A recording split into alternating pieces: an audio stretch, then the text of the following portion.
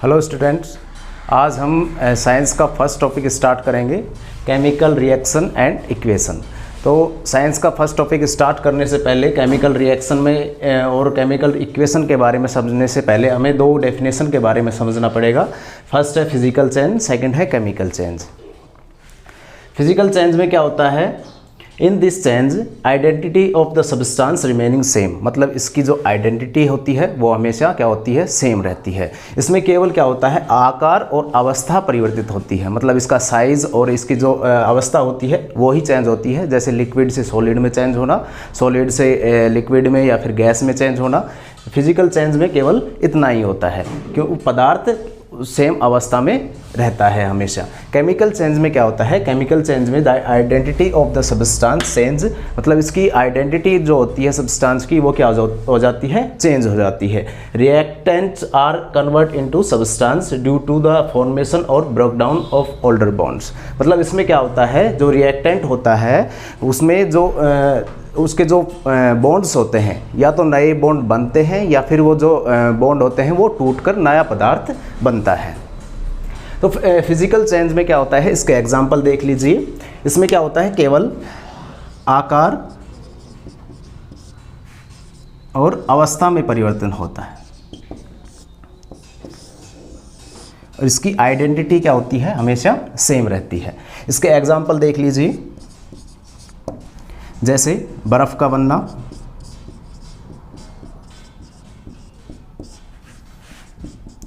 Freezing of water.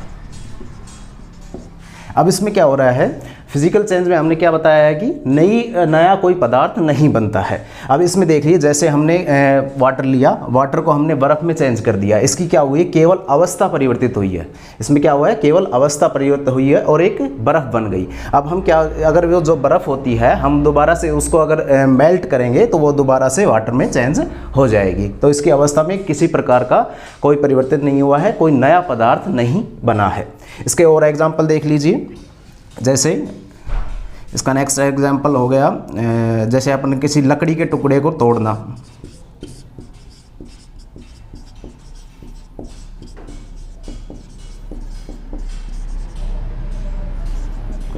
कोई भी अगर लकड़ी का टुकड़ा होता है, अगर उसको हम दो भागों में तोड़ देते हैं, वो भी एक प्रकार का क्या है, फिजिकल चेंज है। मतलब उसके हमने उसका फिजिकल, मतलब उसकी जो बाह्य अवस्था है उसको केवल परिवर्तित किया है, उसके आकार में परिवर्तित किया है, लेकिन उसकी जो लकड़ी का मतलब उससे लकड़ी को तोड़ने से कोई नया पदार्थ हमें बनकर तैयार नहीं हुआ है। लेकिन केमिकल चेंज में क्या होता है कि एक नया पदार्थ ही बनकर तैयार हो जाता है।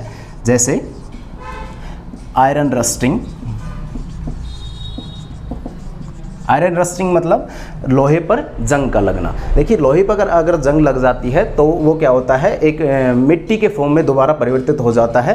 तो इसमें क्या, लोहा थोड़े दिन बाद ख़त्म हो जाता है और वो मिट्टी में परिवर्तित हो जाता है। ये हो गया आयरन रस्टिंग, इसका एग्जाम्पल हो गया। नेक्स्ट एग्जाम्पल देखिए इसका, मिल्क से कर्ड का बनना, मतलब दूध से दही का बनना। इसमें क्या हुआ है, पहले हमारे पास क्या था, मिल्क था, वो उसमें हमने जामुन दिया तो वो किस में परिवर्तित हो गया, कर्ड में परिवर्तित हो गया, मतलब वो एक प्रकार से दही बन गया, एक नया पदार्थ बन गया। हमने यही देखा है कि केमिकल चेंज में क्या होता है, एक नया पदार्थ बनता है, लेकिन फिजिकल चेंज में क्या होता है कि नया पदार्थ नहीं बनता है, उसमें केवल उसकी आकार और अवस्था ही परिवर्तित होती है। लेकिन केमिकल चेंज में एक नया पदार्थ बन के तैयार होता है। तो ये केमिकल चेंज और फिजिकल चेंज में आपको अंतर समझ में आ गया होगा अच्छे से। अगर आप इसके और भी एग्जांपल देखना चाहें तो देख सकते हैं। जैसे फिजिकल चेंज का एग्जांपल आप देख सकते हैं, बॉइलिंग ऑफ वाटर, मतलब पानी का उबलना। ये किसका एग्जाम्पल हो गया, फिजिकल चेंज में। हमने पानी को उबाला, उसकी केवल अवस्था परिवर्तित की है हमने। जो ये जो वाटर है वो इसमें एक भाप की फॉर्म में परिवर्तित हुआ है, इसकी कोई एक नया पदार्थ बनकर तैयार नहीं हुआ है। वो किसका एग्जाम्पल हो गया, फिजिकल चेंज का हो गया। इसी प्रकार से आप केमिकल चेंज के और भी बहुत से एग्जाम्पल देख सकते हैं, जैसे कलर का चेंज होना, कलर चेंज। आप किसी भी कोई भी पदार्थ लें, अगर उसका कलर चेंज हो रहा है वो किसके अंदर आएगा, केमिकल चेंज के अंदर आएगा। ये इसके एग्जाम्पल हो गए। आप मैं आशा करता हूँ कि आपको ये दोनों जो भी फिजिकल चेंज है और केमिकल चेंज है आपको अच्छे से इनके बीच में अंतर भी समझ में आ गया होगा और इनके एग्जाम्पल भी आपको अच्छे से समझ में आ गए होंगे। तो आप इनको नोट डाउन कर लीजिए, आप एक नोट्स बना लीजिए, ये आपके शॉर्ट नोट्स की तरह काम करेंगे। आपको जैसे ही आपके एग्ज़ाम होगा उसमें आपको रिवीजन करने में बहुत अच्छी आसानी रहेगी। और इसको आप नोट डाउन कर लीजिए या आप इसका स्क्रीनशॉट ले लीजिए। तो आपने नोट कर लिया होगा, हमने फिजिकल चेंज और केमिकल चेंज के बारे में देख लिया है। अब हमने इस पूरे टॉपिक में केमिकल चेंज के बारे में ही पूरा टॉपिक है, इसके बारे में सारा पढ़ना है। उसके जो एग्जाम्पल हैं वो अभी बहुत सारे एग्जाम्पल बच रहे हैं, उनको हम आगे देखेंगे। अब हम टॉपिक पर आते हैं। टॉपिक है केमिकल रिएक्शन एंड इक्वेशन। तो इसमें सबसे पहले क्या है, केमिकल रिएक्शन। तो केमिकल रिएक्शन क्या होती है इसके बारे में देखते हैं। Chemical reaction is the process by which two or more substances react with each other to form new substances with different properties. देखिए इसमें क्या कह रहा है, आप सिंपल भाषा में समझिए।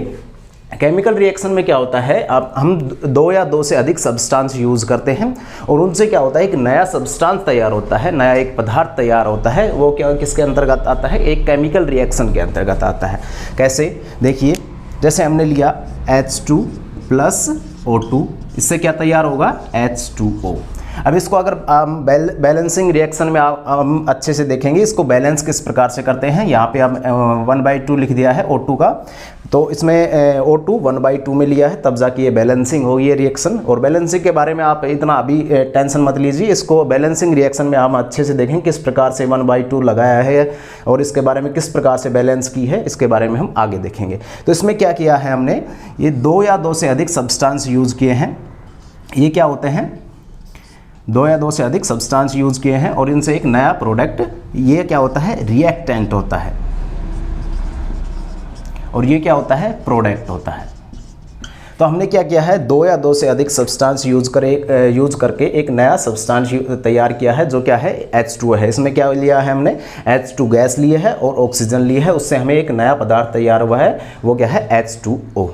इसके और भी एग्जाम्पल देख सकते हैं, जैसे H2 प्लस Cl2 HCl। इसमें HCl के कितने पदार्थ तैयार हुए हैं, 2 पदार्थ हैं। इनको बैलेंसिंग रिएक्शन में हमें अच्छे से देखेंगे कि यहाँ हमने 2 क्यों लिखा है। आप इनको अभी ऐसे समझ लीजिए, हमें क्या प्राप्त हुआ है, H2 लिया है और हमने Cl2 लिया है, इससे क्या प्राप्त हुआ है हमें, HCl। H2 और Cl2 लेकर हमने क्या तैयार किया है, 2 प्रोडक्ट HCl के तैयार किए हैं। इसके और भी एग्जाम्पल आप देख सकते हैं, जैसे C प्लस O2, इससे हमें क्या प्राप्त हो गया, CO2। ये एक नया सब्सटेंस यूज हुआ है, कार्बन लिया है और हमने ऑक्सीजन लिया है, इससे हमें एक नया पदार्थ तैयार हुआ है, क्या है, CO2। तो इसी प्रकार से अगर देख केमिकल रिएक्शन में क्या होता है, हम 2 या 2 से अधिक सब्सटेंस यूज कर एक नया पदार्थ तैयार करते हैं, वो क्या कहलाता है, केमिकल रिएक्शन कहलाती है। केमिकल रिएक्शन इसमें एक नया पदार्थ हमें मिलकर तैयार होता है। जैसे हमने केमिकल चेंज में भी देखा था कि केमिकल चेंज का मतलब क्या है, एक उसकी आइडेंटिटी होती है वो खत्म हो जाती है और एक नया पदार्थ मिलकर तैयार होता है। तो इसी प्रकार से हमने देखा है केमिकल रिएक्शन में भी क्या हो रहा है, 2 सब्सटेंस हमने लिए हैं, 2 या 2 से अधिक सब्सटेंस लेकर हमने एक नया सब्सटेंस तैयार किया है, वो क्या है, जैसे H2 हमने लिया और O2 हमने लिया और इससे क्या प्राप्त हुआ है, H2O जल प्राप्त हुआ है। इसी प्रकार से H2 प्लस Cl2 लिया है हमने, इससे 2 HCl के पदार्थ तैयार हुए हैं। इसी प्रकार से C कार्बन लिया है और ऑक्सीजन लिया है, इससे हमें क्या प्राप्त हुआ है, CO2 मतलब कार्बन डाइऑक्साइड प्राप्त हुआ है। तो आप इसको नोट डाउन करते रहिए, जैसे जैसे अपना टॉपिक चल रहा है, आप जो भी मैं लिखते जा रहा हूँ बोर्ड पर वो आप तैयार करते रहिए, उनके एग्जाम्पल के रूप में ये चीज़ भी नीचे लिखते रहिए, ताकि आपको जल्दी से रिकॉल हो जाए कि सर ने इनके बारे में क्या क्या बताया था। तो आप इसको नोट डाउन कीजिए या फिर आप इसका स्क्रीनशॉट ले लीजिए। हाँ जी, आपने नोट कर लिया होगा। अब देखिए इसमें केमिकल रिएक्शन में इसके जो किस प्रकार से जो फॉर्म बनते हैं उनके बारे में देखेंगे। मतलब एक प्रकार से हम देख रहे हैं केमिकल चेंज के जो एग्जांपल हैं उनके बारे में। केमिकल रिएक्शन में हमने उसके डेफिनेशन देख ली थी, एक नया सब्सटेंस तैयार होता है, 2 या 2 से अधिक सब्सटेंस मिलकर एक नया सब्सटेंस बनाते हैं। अब इसमें क्या आता है, these are the following change to determine that the chemical reaction has taken place. मतलब इस प्रकार से केमिकल रिएक्शन परिवर्तित होती हैं। देखिए फर्स्ट है चेंज इन स्टेट, मतलब इसकी अवस्था परिवर्तित होना। अवस्था में परिवर्तन होना। तो आप कहेंगे कि सर आपने फिजिकल चेंज में बताया था कि उसकी अवस्था फिजिकल चेंज में परिवर्तित होती है, लेकिन देखिए फिजिकल चेंज में क्या होता है, केवल अवस्था और उसकी आकार मतलब उसका स्टेट और उसकी साइज परिवर्तित होती है, उसमें एक नया पदार्थ नहीं बनता है। लेकिन यहाँ पे हम देखेंगे कि इसकी स्टेट चेंज होने के साथ साथ क्या होता है, एक नया पदार्थ मिलकर तैयार होता है, एक नया सब्सटेंस तैयार होता है। इसका एग्जाम्पल देख लीजिए। इसका एग्जाम्पल में देखिए NH3 क्या है, गैस है। इसका हमने HCl के साथ रिएक्शन करवाई तो हमें क्या प्राप्त हुआ, NH4Cl। देखिए केमिकल NH3 क्या होता है, गैस फॉर्म में होता है, HCl भी क्या होता है, गैस होता है, और यहाँ पे NH4 क्या होता है, एक सॉलिड होता है।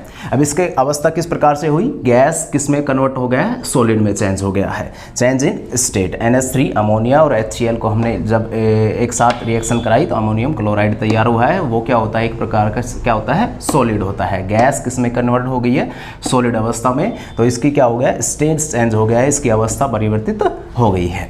Next change in colour. देखिए हमने जब केमिकल चेंज पढ़ा था उसमें भी हमने देखा था कि आयरन रस्टिंग जो होता है वो किसका एग्जांपल होता है, केमिकल चेंज का एग्जांपल होता है। इसमें चेंज क्या होता है, इनका कलर चेंज होता है। आयरन रस्टिंग में क्या होता है, इनका कलर चेंज होता है, एक ब्राउन कलर में परिवर्तित हो जाती है। जैसे हम देखते हैं कि लोहे पर क्या होती है, जंग लग जाती है और धीरे धीरे क्या होता है, वो लोहा खत्म हो जाता है। तो एक किसका एग्जाम्पल है, colour in change in colour का। आयरन रस्टिंग केमिकल रिएक्शन होती है। इसमें इवोल्यूशन ऑफ गैस, मतलब इसमें कोई भी रिएक्शन होगी उसमें क्या होता है, गैस का निकलना। देखिए कैसे, Zn जिंक लिया, H2SO4 लिया हमने, इसमें क्या होता है, ZnSO4 बन गया और इसमें क्या हो गई, H2 गैस निकल गई। इवोल्यूशन ऑफ गैस मतलब इसमें कौन सी गैस निकली है, H2 गैस निकली है। ये इसका इवोल्यूशन ऑफ गैस का एग्जाम्पल हो गया है, H2 गैस का निकलना। मतलब कोई भी गैस निकल सकती है, आप ये मैं केवल आपको ये एग्जाम्पल दे रहा हूँ कि इसमें कौन सी गैस निकली है, H2 गैस निकली है। नेक्स्ट है change in temperature. Temperature change कब होता है, देखिए इसका एग्जांपल है मिल्क से कर्ड का बनना। हमने केमिकल चेंज जब देख रहे थे उसमें भी हमने ये एग्जांपल देखा था, ये भी एग्जांपल देखा था, और ये दो नए एग्जांपल हैं, ये इवोल्यूशन ऑफ गैस और चेंज इन स्टेट। मिल्क से कर्ड का बनना, इसमें क्या होता है, टेम्परेचर पहले हाई रहता है और बाद में कर्ड जब परिवर्तित होता है उसका टेम्परेचर क्या हो जाता है, लो हो जाता है, मतलब इसका टेम्परेचर चेंज हो गया है। तो ये इसके एग्जाम्पल हो गए हैं, और भी बहुत सारे एग्जाम्पल होते हैं, लेकिन आपको अभी इतना लोड लेने की ज़रूरत नहीं है। आप जो अपर क्लासों में जाके पढ़ेंगे इनके एग्जाम्पल, और भी जो भी एग्जाम्पल हैं उनके बारे में। यहाँ पे फर्स्ट क्या हुआ, change in state. Change in state में हमने क्या देखा, अमोनिया का HCl के साथ हमने जब रिएक्शन करवाई तो क्या हुआ, अमोनियम क्लोराइड तैयार हुआ, गैस से हमें क्या प्राप्त हुआ, एक सॉलिड तैयार हुआ है। तो चेंज इन स्टेट का एग्जांपल हो गया। नेक्स्ट है change in colour. Iron rusting जो होती है इसमें क्या होता है, कलर चेंज होता है। नेक्स्ट है evolution of gas. Evolution gas में Zn और H2SO4 की रिएक्शन कराई, ZnSO4 प्राप्त हुआ और उसके साथ क्या हुआ, एक H2 गैस निकली है। नेक्स्ट है change in temperature. Temperature milk से कर्ड का बनना, ये क्या होता है, एक चेंज इन टेम्परेचर का एग्जाम्पल है। तो ये केमिकल रिएक्शन के एग्जाम्पल हो गए, किस प्रकार से केमिकल रिएक्शन होती है, केमिकल चेंज के एग्जाम्पल हो गए। ये किस प्रकार से केमिकल चेंज होता है, उनके एग्जाम्पल किस प्रकार से हैं वो हमने देख लिया। केमिकल रिएक्शन क्या होती है वो भी हमने देख लिया। आप इनको नोट डाउन करते रहिएगा और एक प्रॉपर नोट्स तैयार करते रहिए। आपके जो स्कूल में अगर आप क्लास ले रहे हैं तो उसका अलग से नोट्स होने चाहिए और ये आपके अलग से नोट्स होने चाहिए। ये आपके जब आप फाइनल जब तैयारी करोगे उसमें बहुत ज़्यादा हेल्प करेंगे आपको ये, तो आप इनको नोट डाउन करते रहिए।